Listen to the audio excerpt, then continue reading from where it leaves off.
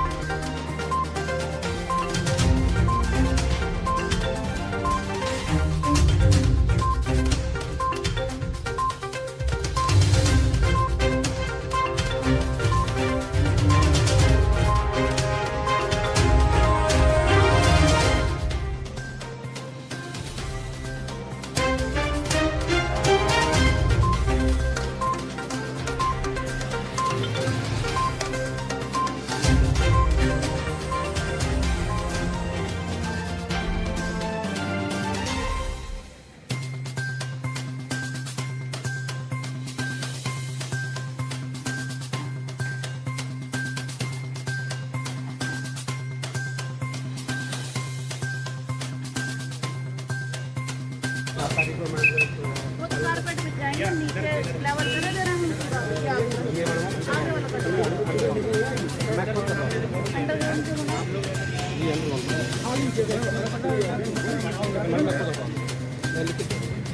ठीक है तो अगले का